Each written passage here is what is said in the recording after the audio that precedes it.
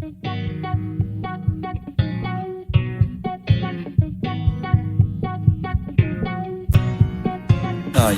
honestly, that is nonsense. Nonsense.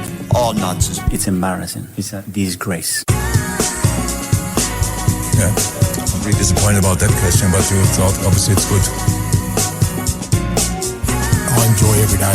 We're giving our supporters some joy and some belief and some hope. You know, there's no law. There's no one's going to die. Yeah, bin it, mate. Just bin the whole idea. Just forget about it.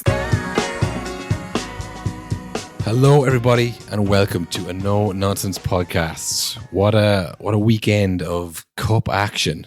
I can't believe it. I don't know what to say. I mean, I know, like Adam Ida coming off the bench for Celtic, getting the winner against Rangers. Unbelievable! They all laughed at his story of the move. weekend. We all laughed, and you probably saw a lot of it. He's not even starting these days for Celtic. Look how it's gone. Then he comes on and he scores the winner. What a weekend for Irish football and Adam Ida. But I know what you're going to say, Kyle. That's not really the big story. Yeah. What about Jake O'Brien scoring for Lyon in the French Cup? Did you see that? Yeah, Mbappe scoreless in his last ever French football game. Fraud alert. Mbappe on fraud watch. It's mad that like I will not watch French football all year and then I'll see tweets about that. Yeah. I'm like, why am I being shown this information like scoreless again in the French football? It's funny as well because even without watching any of the French league, I know that's bollocks. like shut up. He's not a fraud. Yeah, but just that like he's hated enough even in French football that people try and twist the narrative like knowing that people like me won't see us. And I'm like, maybe he's a fraud, you know? I mean, I know I saw the World Cup, but I don't know. The French Cup final is a pretty big stage, you know? If he freezes there, what does that mean? It's the smaller games, really, that matter. Anybody can do it at the World Cup final, you know? They're actually easier easy ones. to get up for that. Yeah, there was that in the French Cup final, and there was the German Cup final as well. Leverkusen were in. Granit Xhaka, once again, one more time, wants to prove me wrong, and scores an absolute screamer to win the final for them. 52-1, Kyle. Yeah, they had this graphic of 52-1, and we were just like, come on. Yeah, it's 1-0. You can't just keep it going after it's done. You don't see people's records like that in football. You can't. No one's putting up like whatever 42-3. Even that'd be amazing. If you lost 3 games of the season, that'd be amazing. But that's just not. You have to win all the games in the cup to win the cup. Of course, they went unbeaten in that. Like, especially if you were on an unbeaten thing. If your whole thing all season is the invincible run, you can't then just say it's 52-1. It's like no. Come on. If it had been 52-0, you would say invincible. Yeah. You wouldn't bother with the numbers. But because it isn't, you're going with the numbers, and it's no. I'm not having it. Will. Yeah, so bollocks. Enjoy your double. Enjoy your historic double. But I'm not having it. And let that be the end of Leverkusen. And I don't want to hear about this treble anymore. Yeah, they won their final. Celebrate to them. Because you kind of forget. It's like they don't win stuff usually. So it's like, it's huge. You know, I think I saw this is like their 4th or 5th trophy in their entire history. If they just won the cup this year, it would be. This was one of the best years in my lifetime as a Leverkusen fan. You know. But the fact they won the double, never mind winning just one of them, is unbelievable. So, and we're literally on here is like, ooh, is it a bad season if they lose the Europa League final? It's all about expectation, you know, where it was, where it is now. Hard to know. But of course, the main story for this Premier League based podcast is the FA Cup final, which honestly, I was kind of looking at other games and other results, what was going to happen this weekend besides this game, because this game was obviously going to be 2 or 3-0. You know, it was going to be a non-event. So I was like, is there anything else happening that we might be able to talk about? Is there anything else you could fill an hour with? I mean, there's just so much happened in this game from start to finish that we don't need to talk about the Leverkusen or the Celtic triumphs. We just need to. That's all you're getting on those. We just need to talk about, first and foremost, Ten Hag, because as we were recording the last episode on Friday, literally as soon as we stopped recording and we had it all kind of sewn up, ready to go, someone put in the group chat, Ten Hag sacked. It's like, oh. Regardless of if he wins or not. Yes. Regardless of what happens next, it's happening, it's done. But mainly because there wasn't much that was going to happen next besides that he win the FA Cup. That was, everyone would kind of agree on that. And I mean, when it happened, when I saw it, it was a selfish thing. I was like, oh, for fuck's sake, we've just recorded this. But like, objective, like, yeah, fair, probably. You know, it was like, that makes sense based on the year. You know, that's not like, whoa, what the hell? They're sacking Ten Hag. Like, as for like context, I was way more shocked they sacked Pochettino. Oh yeah. You know, that was an actual shock. This was like, this is terrible timing for me personally, but I mean, I do get it. I understand. Yeah.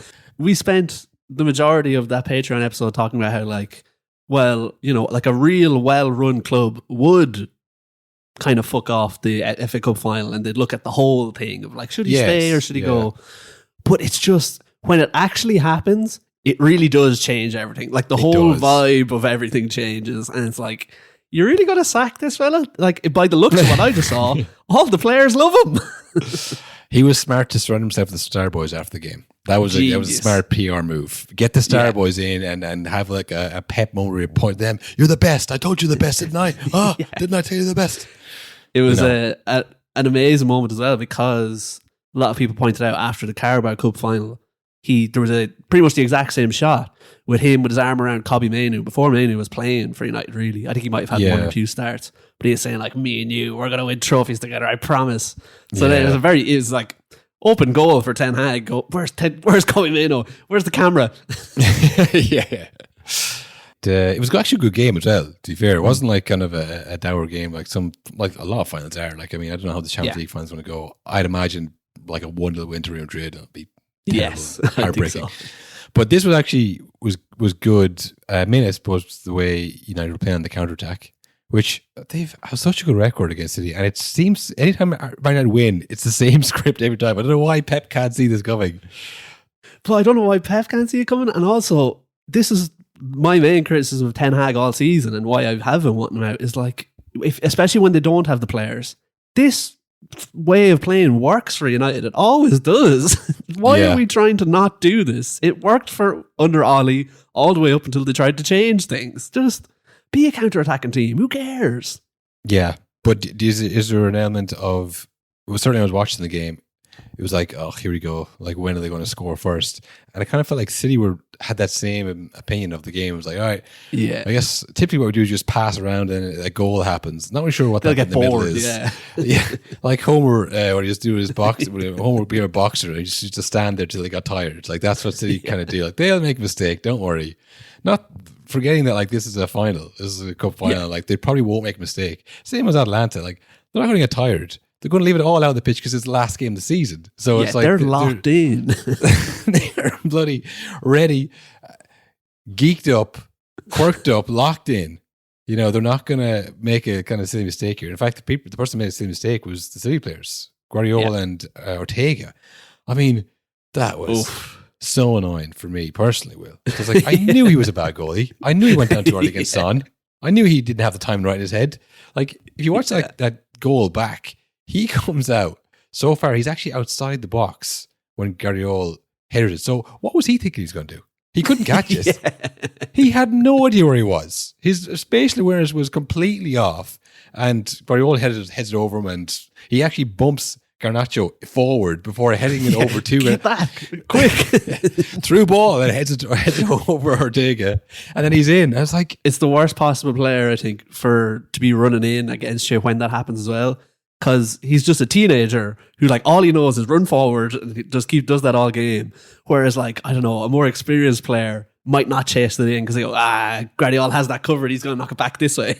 Yeah, you'd be kind of thinking 2 steps ahead. He was just kind of, I'm going to go at this, and it worked out. But yeah, that was, I guess last year it was De Gea's kind of mistake. I was like, that's kind of the killer goal, really. And then Gundogan's goal in 30 seconds, like, well, that's just unstoppable. You can't stop that. Yeah. This year, United's second goal was unbelievable. Like, from the Rashford cross ball to Bruno's like fake pass kick. Like, I mean, like, that's unstoppable. Then you got Mainoo's great finish as well. So it was strange. It was the exact opposite, really, of last year in many ways. But I do think City maybe were struggling a bit. We all did, but you and I certainly will. We saw those pictures of the City boys very much on the lash, I think is the best way to describe it. Twisted into Egypt they were, which is, and like they always win things. The only time I saw them all pissed was after they won the treble last year, where Grealish was singing nonstop and all that. But that was after they won everything. You never see them before one, like they weren't doing that before the Champions League last year, do you know? No. I remember, was it 2 years ago that Grealish said that Bernardo Silva was so bad he was playing like Almiron. Yeah, that was the parade. That was 2 years ago at the parade. So, like, obviously Grealish gets, a bit legless or whatever sometimes, and like that's kind of his party piece at this point now. That's kind of all he offers City, other than, shots of him in the crowd. They don't give him shots in the crowd anymore. It's like, yeah, we all know where he is. We don't have to pad the camera up to him. But Haaland was looking like his face was like drooping on one side. He was all over the place. And they weren't even like sober enough to try and hide it. Like, it's just like perfect photos of them, like completely twisted. Yeah. I think it was you sent me a video during the week of Haaland at Dortmund during his Dortmund days, where he was like getting the ball, and I guess probably because he was playing at Dortmund, he had to take on more players, but he was able to. He was well able to. Whereas you see him now, unstoppable. There's so many clips in that video of him getting knocked over and getting back up and getting the ball before the defender. Yeah, because he was always big and strong, but he had great feet and he was fast. I mean, like, obviously you go to a team like City and you control possession. You have to play differently as well. But it's just like when you see him, he has to do these kind of things. It's like, oh, he's not able to anymore. He hasn't done that for 2 years at this point. So that's another final that goes by now. He hasn't scored, hasn't assisted, and fraud watch, fraud alert. Like, this is what kind of happened a little bit to Ronaldo when he was like, I'm just going to score goals because I want to get the Ballon d'Or ahead of Messi. And he lost his kind of touch and his ability to go by players. And in finals, then it was like a lot easier to try and stop him because like you just know he was just trying to get on the end of possession and smash it in the goal. So like if you lose that kind of I don't know, bit of ingenuity, because people always talk about that, like, street footballers and like it's all like practice footballers. There's no strikers anymore because no one's playing on the street. It's like there's a little bit of that where it's like a bit of invention or a bit of creativity that isn't like predictable, I guess. Like even someone like Doku, when he came on, was good, but you knew what he was trying to do.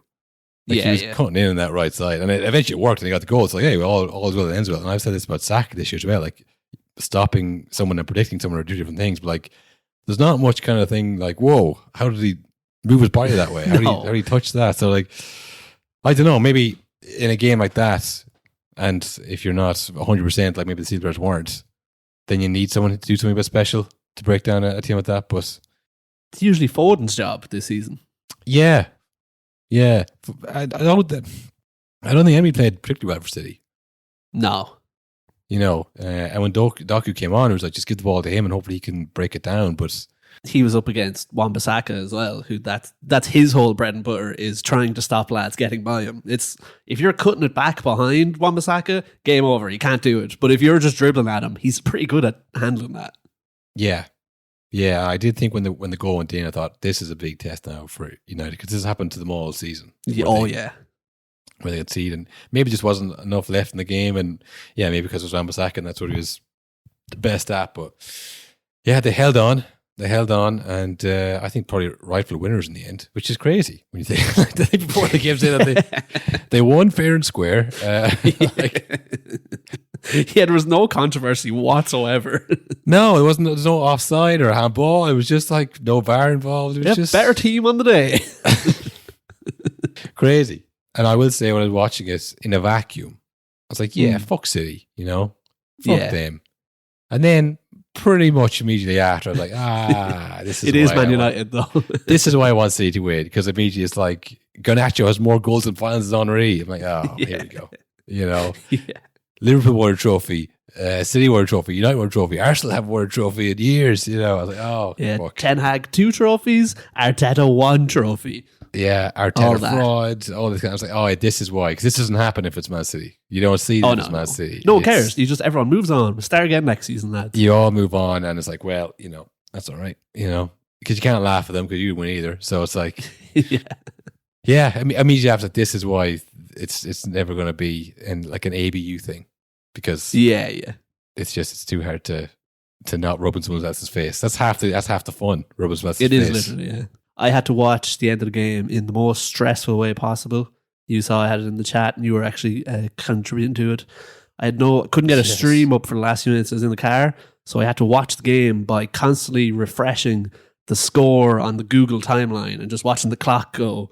And I noticed there's a glitch, so the clock keeps going long after full time. So I was in like the 99th minute, and the game was over in the 96th. But I was like, "Oh God, what's happening? Is there a penalty or something?" 99 minutes, yeah. No, I don't know. You really mistimed that one. Don't know how you found yourself in the car without signal during the cup final, Will. It was torture. It was so stressful. Now, if this was someone else other than City, I don't think you would be in that position. But because it was City, you're like, yeah, it'll be fine. I'm pretty safe to go to that thing. Yeah, it'll be over by then. In fact, I don't want to be near a TV then. You know, it was on at the thing I was at, and it was on like Italian in the sitting room. But I was just like, I'm just gonna have my phone and like glance at it just in case it's a really bad day. But then as the goals went in, I had to like quietly be like, oh my God, it's 2-0. While at Child's Christening was what I was at. Oh, so yeah. It's like talking to strangers and be like, where do you work? It's like, what are you saying? Yeah. Look, it's not the hope that kills you, Will. It's the hope that keeps you going. You know, you gotta show up to these cup finals and say enjoy it, because you never know that this is why sport is good. You know. Yeah. Yeah. We'll get to Ten Hag, I suppose, and it's kind of his day, really. For good and bad reasons. But for City, I mean, we talked about it a couple months ago. Like, this is when we thought, will they lose to Chelsea again? You know, is that actually possible? We were scraping at the bottom of the barrel back then. Like, can they lose to anybody? Chelsea beat them this year, maybe they can do it again. But we were saying, what constitutes a bad season for City? You know, like you go from the treble, and it's like, okay, now what? There's no, like, I guess the quadruple, but I mean, realistically, you know, where do you go? It's like when Pep took over at Bayern first after winning the treble. And then it was like, well, you have to match that or else it's, you know, it's, okay, you might play a different way, but did you win as much? Nah, you didn't. So, like, it's like, I think they won the treble last year, and there was a talk for a long time, back-to-back trebles. Oh my God, football's over, you know, this kind of thing. They go out to Real Madrid and just kind of, Real Madrid's own little special magic of the Champions League, their own magic of the cup, own personal magic of the cup in the Champions League, and then this one, which was like it was a foregone conclusion. There's no way they're going to lose to this bunch of unorganized team players with a bad manager who was going to get sacked in the morning, regardless of what happens. It was like there was no way they could lose this. Now they have. I mean, the 115 charges are still kind of hanging over them. They won the league. What I'm asking is, like, is this a letdown for City, or is winning the league still new enough for them to be like, no, it's still a good season, you know? Yeah, that's the thing. It's like, I don't know. It's like, I think the bare minimum is win the league. So even, like, remember those years where they were just non-stop winning the Carabao Cup in the league, at least. It's like, you're not even winning that, lads. Now it's like one trophy, or like it's on a downward slope. You know what I mean? So that's true. Because no one would ever say or count the double, as it were, if it was the Carabao Cup. Yeah. But they were doing 2 trophies every year for you still get 2 days out of it. Yeah. Yeah. Whereas now it's like, this is just 1. We've gone from 3 and almost definitely 2 to 1. And only 1 final as well. Yeah, only 1 final. So I mean, it's I guess it's like Haaland or De Bruyne. It's like, if your standards are up here and then it drops, it's like, well, that's not as good, is it? It's just not. It's a fact. Like, you know, I just wonder, is it for the hierarchy? Are they thinking, okay, it doesn't matter because, you know, it's Pep and he can do what he wants. And then, like, Pep himself, there's this kind of word that he's like close to leaving the stain, and maybe this is going to be last year. Is he thinking, I've achieved it all now? I can't do better than this. Yeah, but I do wonder how much he thinks of the quadruple, or is he just like, never going to happen? Does he know that? But because I mean, really, after the treble, it is a case of, well, what now? Like, you've already done it. You know what I mean? It's never going to be as good as the first time, I don't think. It'll be amazing. But again, all the talk, if you win 2 trebles, would be, this is a disaster for football. Or after they won the first one, they're like, all right, fair enough. They're a real club, I guess.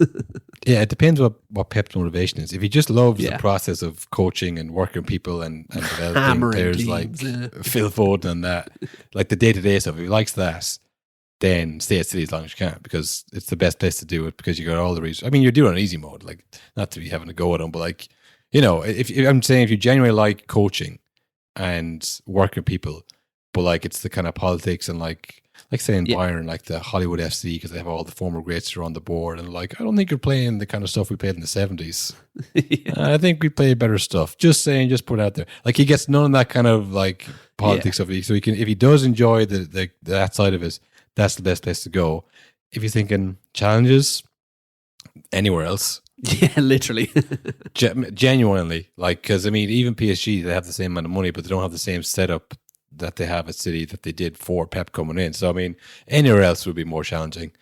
If it's a case of like proving people wrong and going somewhere lower, which I don't think is probably on his agenda. But like that's probably the only thing you would hold against Pep, that you never did it at like a club that was like, even doing it. Say if he was to win, the league or the Champions League with like a Napoli or some of that, like not like a poor club by standards of most clubs, but like like if it was to another Premier League club, it's like, yeah, well, it's still a Premier League, it's still one of the richest clubs in the world. But if you do it like a Spanish club or an Italian club or a German club, like if he was to do something like that Alonso did at Leverkusen, like there'd be no debate, But that's again, game over. The risk is that like if you go and you don't, it's like, knew you're a fraud.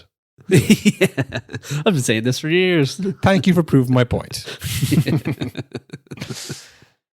So yeah, I think we'll wait and see, I guess, what Pep does. But there's a different actions he can take. But I think we'll find out what he does based on what he wants, what his goals are, I guess.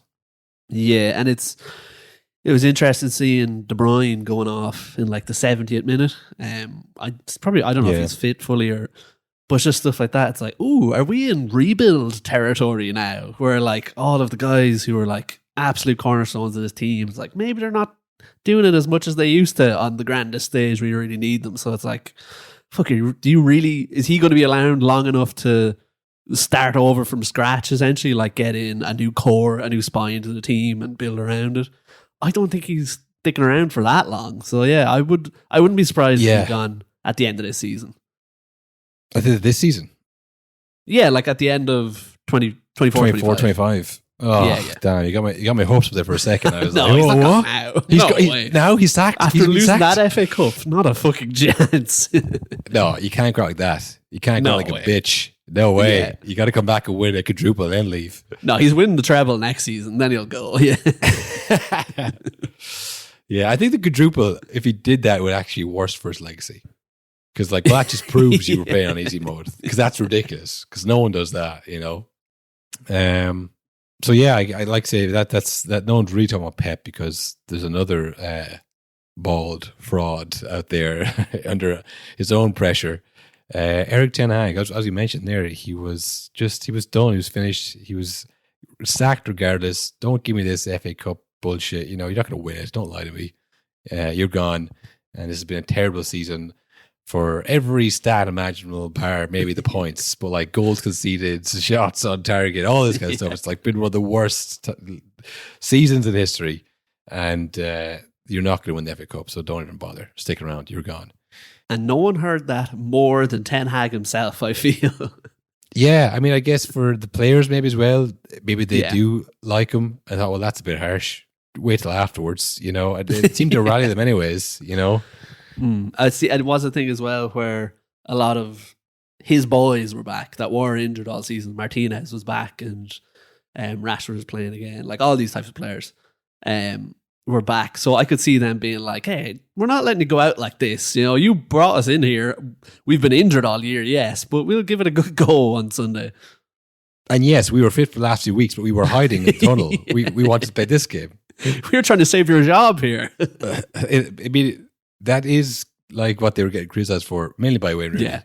But if that is what happened, it was a great idea in hindsight. I mean, it worked pretty well to have them all fit for the final, If only they had managed to get that win against Burnley, that would have been all the difference to absolutely nothing. And then they might have been as fit the final. You know what I mean? It's like, it does kind of make sense, but it's, I don't know if you saw Luke Shaw had up a big long post there today.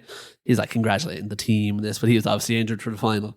And he was responding to critics, he said. He didn't say who, but he was talking about Wayne Rooney, who had been leveling some criticism about him, not really being injured and that, he's fit for the England squad, but not for Man United and all this. And he said, the truth of the matter is, I'm not fit for either of them right now. Yeah. He's like, yeah, Southgate picked me, but I didn't tell him to. I'm in bits. Poor smart for Ben Chilwell there. Can't get the squad ahead of injured Luke Shaw as the only left back, eligible.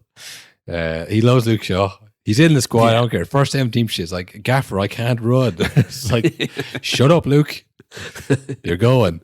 We need you. Your country needs you. Get that wheelchair on the plane, Luke. You can have one of the seats at the emergency door. Don't worry. You can stretch out. Yeah, no, I mean, it was tough because obviously it was a win for him. Great win, and it proved all the hitters wrong. But then he had to talk to all the hitters after the game. Contractually obliged to talk to the hitters. It's one thing when they do this throughout the season or throughout the Champions League group stage games. Doing it after the final seems a bit mad. Would you not just let the man enjoy it?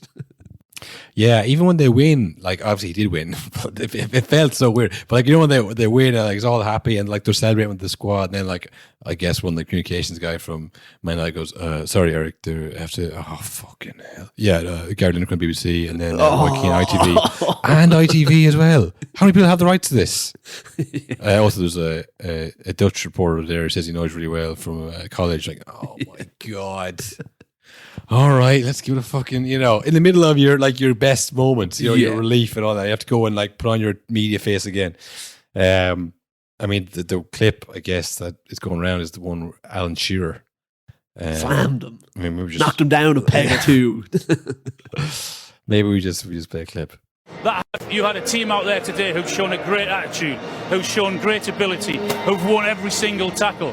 That hasn't always been the case this season, though, has it? So you can understand why we do criticise sometimes. If you had had that every single week, then you wouldn't have finished in 8th. Today was unbelievable.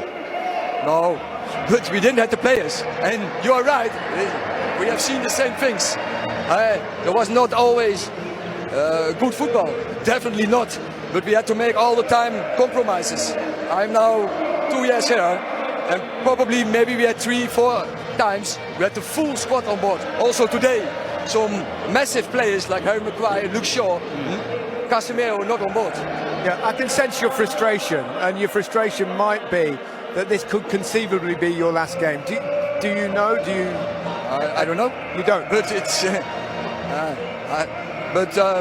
Only thing what I am doing is preparing my team, develop my team, progress my team, and the individual players. You are very good here in England to push players and manage very high, and then you hammer them when they are 1 or 2 bad performances. Eric, I think you should be more calm. Okay. Eric, thanks very much for your time. Many congratulations, and we hope to see you next season.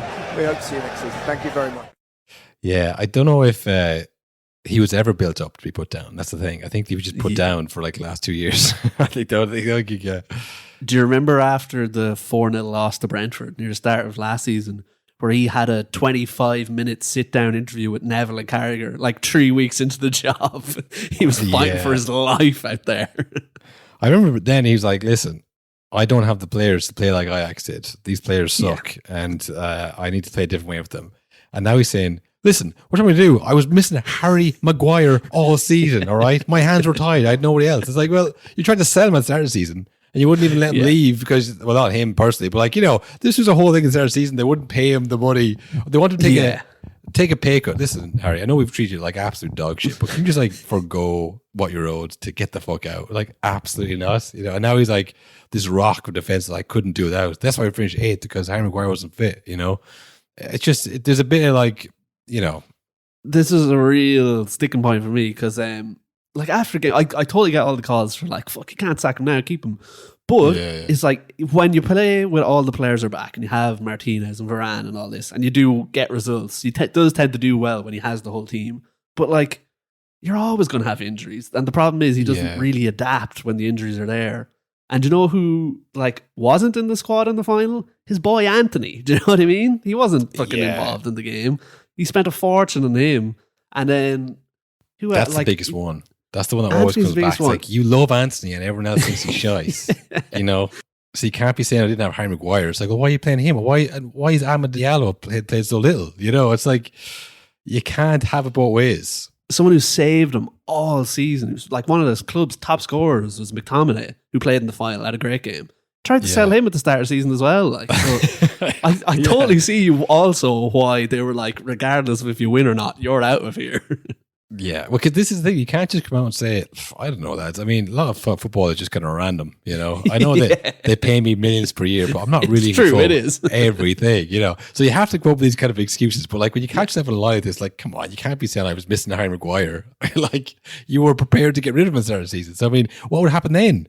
You would have had it absolutely for no game. So I mean, geez, would they have finished 10th if they didn't have Harry Maguire at any games? Like, it doesn't really add up. So yeah, in a way, I felt kind of bad for me to do all this media stuff, but like I did kind of feel like some of the excuses were a bit, you know, because he was like, you know, people, you build them up and you tear them down after a few bad games. It's like, well, it's been more than a few. It's like, I mean, it's the lowest ever Premier League finish. We can finish 8th once and everyone wants my head. one bad season. I know, I'm the worst guy in the world, you know.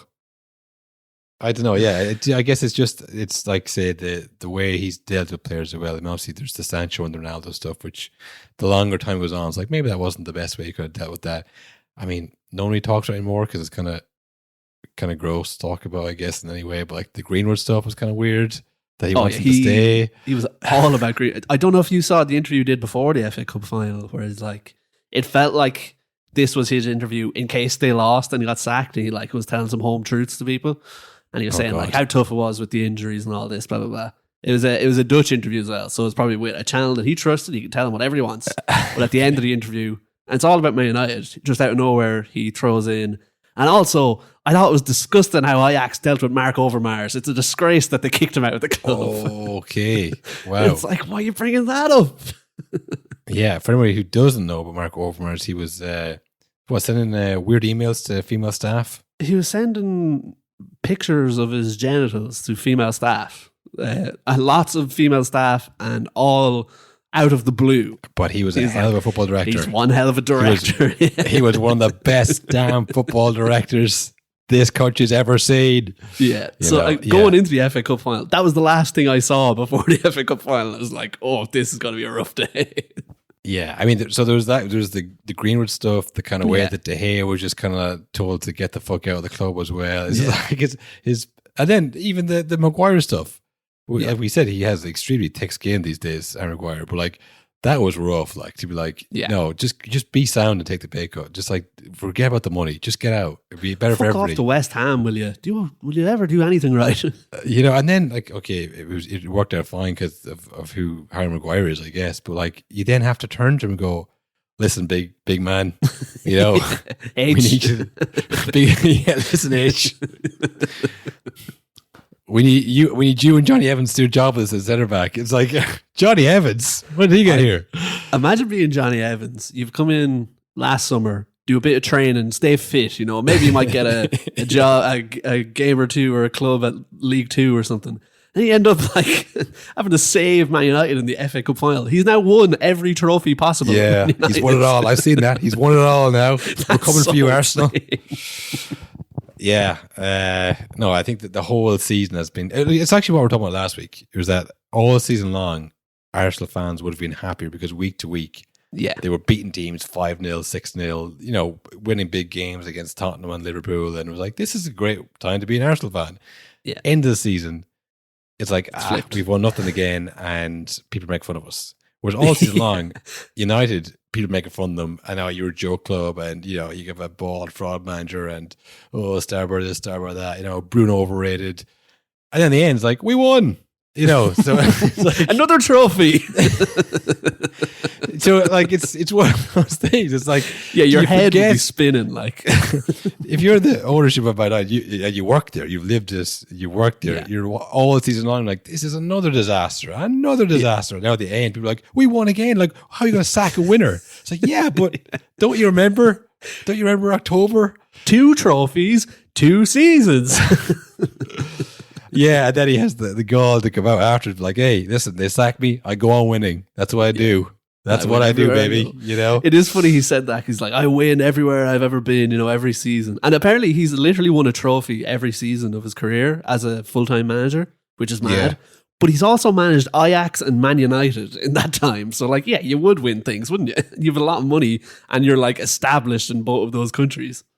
Yeah, and again, I think winning things, it's like if say he was to stay in and for the next 5 seasons between like the two cups, the Carabao Cup and the FA Cup, he was to win 7 cups in 5 seasons.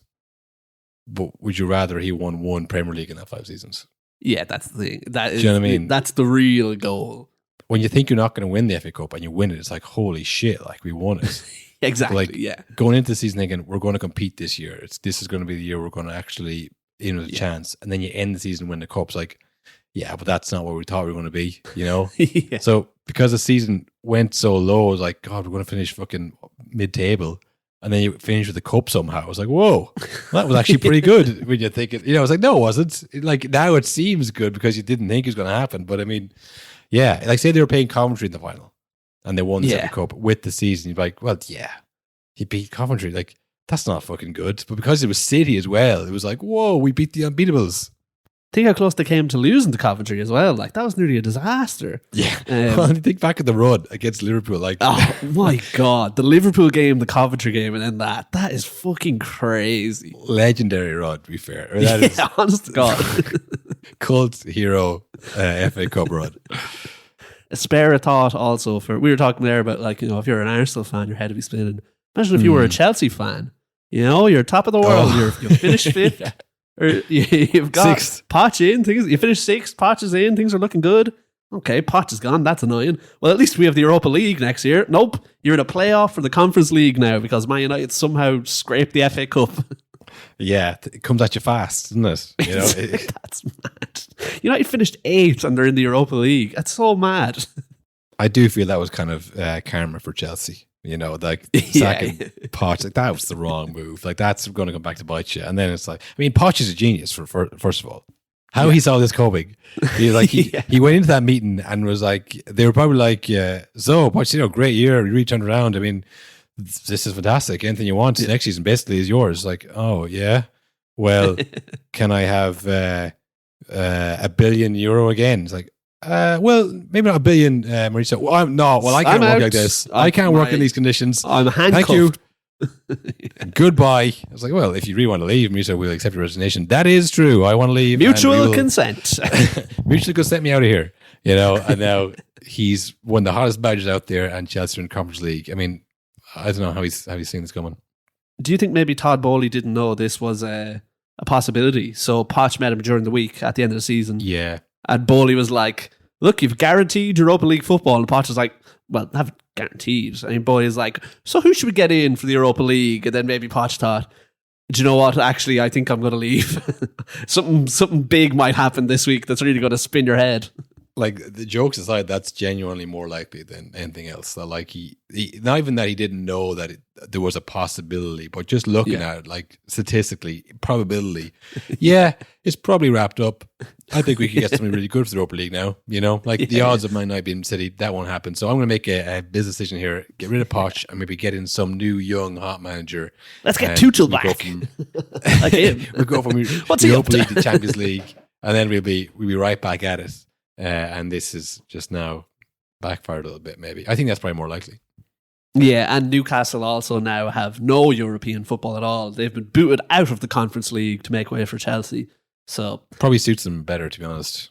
I know it's different for Newcastle because it's like they're not back in European football long. So maybe a lot of the fans, look, going around Europe, that sounds good to me. I don't care what tournament, but fuck, I think a season of just Newcastle giving it a go in the league, they could get a lot further than spreading themselves thin with the Conference League. And again, for the owners, probably 10-year plan or whatever. Like, they're thinking, they're not right, top 4 actually is very important to us. Like for next year. And then when we put in another couple of mil, we get it going. But I think they are having to sell players this summer for financial fair play. So maybe, I don't know. It depends how they're looking at building this up. If they're thinking European football of any kind will help for the financial fair play, then maybe they are worried about that. But I don't know. I think it's sent ripples throughout the football landscape. Well, ripples. Never has one win annoyed so many. Yeah. A word on Pep's suit. You never see him wear a suit. I knew it was all. I had a feel going into the game. I actually thought Man United might do this, but it was because of them being drunk a few days before. When I saw the suit, I was like, what the hell? This game over. This guy's not right at all. It is a very hungover move, actually. When you're like drinking before a work night, for a work day, like I better like look well because so they won't be able to tell that I'm really hungover. You know, if I go in a jumper, I'll look kind of scruffy. But if I go in like in a blazer, they're like, "Oh, he's looking sharp." You know, they'll be distracted from my red eyes. You know, yeah. Because I saw him in the suit and I thought he's overthinking it. he's in his head. Well, they said playing Kovacic was a strange one. It doesn't usually do that. And they maybe should have had Doku on from the start and maybe he would have scored more goals. But yeah, I don't know. I think it's on balance, it's probably not been a good season for them, even though win the league, sure. But like I say, that's just their level now. They expect to win that plus one other, you know? Yeah, so. and even in the league, they came fucking awful close to not winning. I know we were talking about how like, they're not going to lose a game for the next 6 months, and they didn't. Yeah. But it did come down to the last day again, and it came down to the last day with a much lower points total than they have in the past when it's been on the last day. Oh, well, thank God they had that championship mentality that Roger was talking about. You know? Yeah. I mean, going down 2-0 the cup final, that wasn't very championship mentality. No. You know? Well, only one team was there to play football, to be fair. That is true. The team that scored 2 goals. You know, I mean, I can't get over that. They lost to Chelsea. They didn't beat them. Didn't beat Liverpool. Didn't beat Arsenal. Didn't beat Real Madrid. Any fucking good team they played against, essentially, of any quality. Like, yeah, mentality. We were the only one in the game. What a prick. What a fucking prick. Yeah, fuck Man City, man. Fuck Man City. Take your phone around and get out of here. Get out of here. You know, don't be giving me the behind the scenes. A little peek around the curtain, guys. It's all up here. Mentality. That's what makes the difference, you know. No, couldn't be happy for them. I mean, a bit of news for us, actually. Bit of news for the pod. Mm-hmm. For our 10-year plan. We, for some reason, we have been given a link, an affiliate link, whereas you, the listeners, click on the link and buy something. We will get a little taste, a little kickback. You know, a little percentage. Yep. We put it out to the universe, and it happened via email, and it happened via email. I always want to say as well, we have teamed up.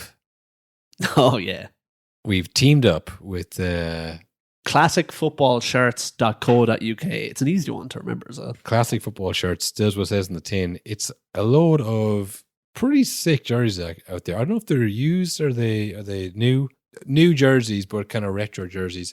There's a great section there just on like reduced. Click on there. It's like random kind of club shirts. Bangers. Absolute bangers. And we were just saying like during the Euros now, obviously Ireland aren't in it. So, you know, you can buy an Ireland jersey, but like it's just not the same. But think about it, lads, right? Summer's coming. Hopefully we get some decent weather. There's going to be a message into the group chat saying who wants to do five-a-side. I've been watching Georgia rip it up in the Euros, and I want to get out there. The best thing to wear to a five-a-side, a cool retro jersey. Strikes fear in the heart of your opponents, you know. Maybe a name on the back of someone you've never heard of. Yeah, I mean, this is a great kind of disguise for ball knowledge. You know, people just assume you know stuff if you have this kind of a jersey. But no, honestly, it's a pretty, there's a decent selection on there. So if you're in the market for a retro shirt or a new shirt, there's new jerseys coming out, I'm sure, probably during the summer as well. Yeah, the new kits are up there as well. So like if you want to get one of those jerseys and use the link, we'll get a little bit of it. So yeah, like I say, if you're in the market for it, absolutely go to the link. But if you're not, maybe have a look through it. The link will be in the description to this episode. Yeah, link will be in the description, yeah. You can have a look through anything that tickles your fancy, you know, use the link and we'll become millionaires. And if we become millionaires, you will become listeners of millionaires. Yeah, so, how good does that sound, eh? Imagine, you could tell your parents like, yeah, well, I listen to millionaires every week. Yeah. So, and it's partly because of me that they are millionaires. So, like, by extension, you have become successful. So think of it that way. It's like an economy of money to us, but also to you in a kind of a good sense, you know. So yeah, check that out. We really appreciate it. Support the show, and also you get something that you might want. So yeah, it's a good deal, I think. But I don't know if you saw Toni Kroos's final game for Real Madrid. Yes, I saw the pictures and videos of his children crying, but they weren't like, it didn't look like they were crying because they were so happy. They looked genuinely traumatized for some reason. They don't want him to come home. Yeah, it was very bizarre. He even said after the game, he's like, looking at my children broke my heart. It's like, is this not supposed to be a happy thing that you're going to be home? Yeah, I don't know. Sometimes kids can just like, they can react to like overwhelmed emotions in weird ways. Probably just not really sure what they're feeling. And then when they see their dad like crying with kind of happiness and kind of that the career's over, like it makes them sad. So yeah, he's on his way to do a Zidane. Yeah. Hopefully a half Zidane, maybe not the full Zidane in 2006. Zidane retired from Madrid in 2006, went on to get to the World Cup final, and we all know what happened next. I'll tell you that is my pick for the final is Germany. Germany, yeah, they are flying it. They have a good squad. They're at home. Toni Kroos's last dance. I mean, I think they're the ones to back. We'll have a full breakdown pretty soon. I mean, we have Conference League next week. Tomorrow? Yeah. No, Wednesday. Tomorrow's Tuesday. Wednesday. Yeah. Wednesday. And we have Champions League this Saturday? Yes. And then we're straight into the Euros pre-episode. Break down all the teams or whatever. Dark horses, favourites. My favourite episode of the year, I think, or of the... Whenever we do them, I always really enjoy, because I never know anything about any of the teams. But then when I do that, and I do know about the teams, it's fun to research. It is. So yeah, we have all that coming up. If you want to get the full coverage of all those different things, Champions League, Euros, all that stuff, you got to become an ultra. You got to get in the cage. You got to get in the dude soup of the ultras and just get in the thick of it. Get stuck in. Get involved. Link in the description of this episode if you want to join the movement. It's going to be a good summer. It is. It's going to be a good summer. But you got to get involved. You have to make an effort. Or else it's going to be boring. Or else it'll just be... You're not going to know what's going on. Yeah. Then you'll be listening to non-millionaires. And what will be the fun of that, you know? Going to see you again, I suppose, on Thursday or Friday, I guess, for the Conference League coverage and Champions League pre-match coverage. Hell yeah. Give you all the breakdowns and the scandals from the camps, which I'm sure there'll be various. There always is in these professional setups, always leaks coming out. So yeah, look, we'll see you. Well, no, we won't see you. We'll see you at the preview, probably, more than likely. Yeah. If I had to guess, if I had to take a shot in the dark, I bet I'll see you at the preview. We will see the ultras, ultras in the fucking away end with the flares, with the banners. With the money in hand, we got to check out the door. You know, cash in hand, please. You know, before you get into the ultra section, and then we're going to have the best midweek episode you've ever heard. Oh my god! Pouring over the Conference League. The Conference League with Panathinaikos and wrong. No, it's not. No, fuck Panathinaikos. Fucking Olympiacos. Yeah, and they're Italian. Fiorentina, yes. Of course. How could I forget? We can't wait. We will see you there. More to come. Honestly, that is nonsense. Nonsense. All nonsense. It's embarrassing. It's a disgrace. Yeah, I'm really disappointed about that question, but you thought obviously it's good. I enjoy every day of it. We're giving our supporters